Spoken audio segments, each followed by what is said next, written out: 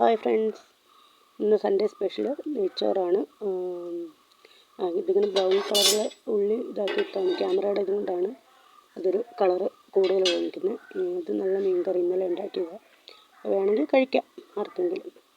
അത് കഴിഞ്ഞ് വന്നിട്ട് പരിപ്പ് കറി കഴിഞ്ഞാൽ പിന്നെ ചക്കക്കുരു മെഴുക്ക് പുരട്ടിയാക്കാൻ വേണ്ടി അടുപ്പിൽ വെച്ചത്. ഉള്ളിയും പച്ചമുളകും എല്ലാം കൂടെ വഴറ്റാൻ വേണ്ടിയിട്ട് വീഡിയോ എടുക്കാൻ പോയ സമയത്ത് ഇച്ചിരി കരിഞ്ഞു പോയി.